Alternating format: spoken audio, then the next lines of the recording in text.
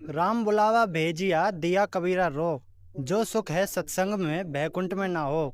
नमस्कार दर्शकों स्वागत है आप सभी का हमारे चैनल पर। दर्शकों, आज हम पहुंचे हैं अलवर जिले की कटुमर तहसील के एक छोटे से गांव मंगोलाकी में। यहाँ पर हमें देखने को मिला है कि एक संत है, उनका प्रवचन चल रहा है। तो आप मेरे पीछे देख सकते हो कि ये एक विद्यालय है, राजकीय उच्च माध्यमिक विद्यालय। यहाँ पर एक पोस्टर लगा हुआ है जिसपे लिखा हुआ है जगत गुरु तत्वदर्शी संत रामपाल जी महाराज। यहाँ पर कुछ श्रद्धालु खड़े हैं, उनसे हम जानकारी लेते हैं कि यहाँ पर क्या प्रोग्राम किया जा रहा है और यहाँ पे क्या क्या व्यवस्थाएं की गई है। दर्शकों, यहाँ पर एक श्रद्धालु है, उनसे हम पूछते हैं। नमस्कार सर। साहब जी, सर, क्या नाम है आपका और कहाँ से हो आप? मेरा नाम हरीलाल दास है जी, कठुमर से हूँ।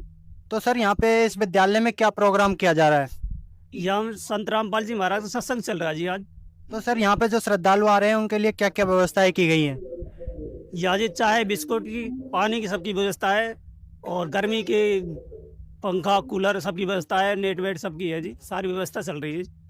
धन्यवाद सर। साहब जी, तो दर्शकों, इन्होंने बताया कि यहाँ पे सभी चीज़ की व्यवस्था की गई है और आपको हम अंदर लेके चलते हैं और यहाँ पर आप अंदर जाके दिखाते हैं कि आपको किस प्रकार का सत्संग और क्या क्या व्यवस्थाएं की गई है। तो अब हम उस जगह पर पहुंच चुके हैं जहाँ पर संत जी का प्रवचन चल रहा है। तो दर्शकों, हम अब दिखाते हैं आपको कि जहाँ पर सत्संग चल रहा है वहाँ के श्रद्धालुओं को कि किस प्रकार श्रद्धालु बैठे। आप मेरे इस तरफ देख सकते हो। तो दर्शकों, आप देख सकते हो कि यहाँ पर एक जो एलईडी के माध्यम से सत्संग चल रहा है संत रामपाल जी महाराज जी का, और अनेकों श्रद्धालु यहाँ पर बैठकर सत्संग सुन रहे हैं। आप एक तरफ देख सकते हो भाई बैठे हुए हैं और शांतिपूर्वक सत्संग सुन रहे हैं, और उसी के बगल में आप देख सकते हो कि शांतिपूर्वक महिलाएं माता बहनें बैठी हुई है और अपने गुरुदेव का सत्संग सुन रहे हैं। और यहाँ पर आप देख सकते हो कि सत्संग स्थल बनाया गया है, वहाँ पर गर्मी को देखते हुए चारों तरफ सोलर पंखे लगाए गए हैं कि जिससे हर किसी भी व्यक्ति को कोई गर्मी से परेशानी ना हो। तो दर्शकों, आप देख सकते हो कि ये जो सत्संग चल रहा है ऐसी व्यवस्था हमें कहीं देखने को नहीं मिलती है। तो आप सभी देख सकते हो कि यहाँ पर जो श्रद्धालु आए वो शांति पूर्वक अपने गुरु जी का सत्संग सुन रहे हैं। तो दर्शकों, अभी आपने देखा था कि यहाँ पर संत रामपाल जी महाराज जी का सत्संग चल रहा था। उसी के बीच में इससे हमारे साथ एक श्रद्धालु जुड़ चुके हैं, इनसे हम कुछ जानकारी प्राप्त करते हैं। नमस्कार सर। साहब जी, सर, क्या नाम है आपका और कहाँ से हो आप? प्रमोद दास, कठुमर, अलवर, राजस्थान से।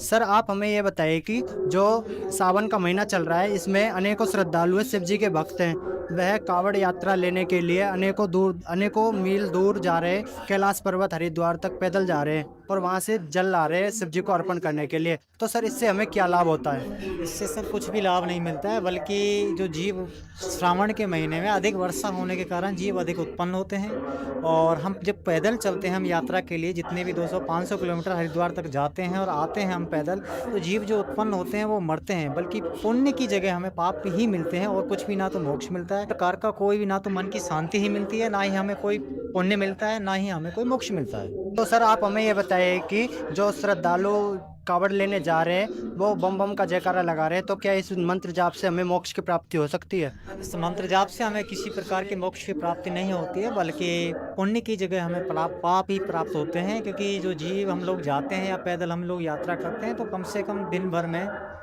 300, 400, 500 जीव मर जाते हैं, तो उस प्रकार से हमें पाप ही मिलते हैं। बल्कि ओम नमः शिवाय, जय श्री राम, जय श्री कृष्ण, इस प्रकार से किसी मंत्र के जाप करने से ना तो हमें किसी प्रकार का पुण्य मिलता है और न ही हमें मोक्ष की प्राप्ति होती है। हमारे गुरुजी संत रामपाल जी महाराज जी बताते हैं कि जो मोक्ष की जो प्राप्ति होगी, उस मोक्ष की प्राप्ति का जो वर्णन है, वह वर्णन भगवत गीता जो ये लिखी हुई है, लेखक इसके जयदयाल गोयंद का है, उसके अध्याय 17 के श्लोक नंबर 24 में यह बताया गया है कि ओम तत्सत इति निर्देश है ब्राह्मण है त्रिविधः स्मृत है ब्राह्मण तेन वेदा च यज्ञ च विहिता पुरा।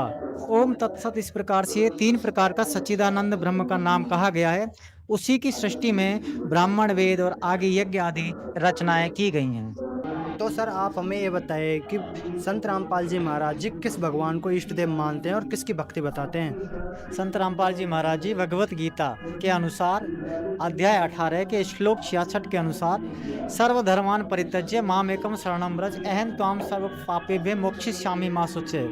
गीता के अंदर तो इसमें यह कह रहा है कि सभी धर्मों को मुझ में त्याग करके तुम उस एक परमेश्वर की शरण में जाओ, मैं तुम्हें सभी पापों से मुक्त कर दूंगा। यानी कि उस परमेश्वर की तरफ जो इशारा गीता ज्ञानदाता कर रहा है, उस परमेश्वर का नाम है कबीर साहिब जी। तुम्हारे गुरुजी संत रामपाल जी महाराज जी बता रहे हैं कि उस परमेश्वर की शरण, जो परमेश्वर शरण में है, वो कबीर साहिब जी हैं। उन्हीं की शरण में जाकर के यानी कि सारे पापों से मुक्त हो जाएगा और परम शांति यानी कि परम धाम मोक्ष को प्राप्त होगा। तो दर्शकों, आपने इस वीडियो के माध्यम से देखा कि यहाँ पर संत रामपाल जी महाराज जी के अनुयायी ने हमको गीता से प्रमाणित करके हमको बताया है कि जो जो परम संत है, परम तत्वदर्शी संत है, वह संत रामपाल जी महाराज जी हैं और उनके द्वारा जो शास्त्र विधि अनुसार जो भक्ति बताई जा रही है वह कबीर परमात्मा की बताई जा रही है। वह कबीर परमात्मा जो हमें सभी पापों से मुक्त कर देगा और हमें मोक्ष की प्राप्ति करवा सकता है। तो दर्शकों, आप ऐसी ही आध्यात्मिक खबरें देखने के लिए जुड़े रहिए हमारे चैनल से। धन्यवाद।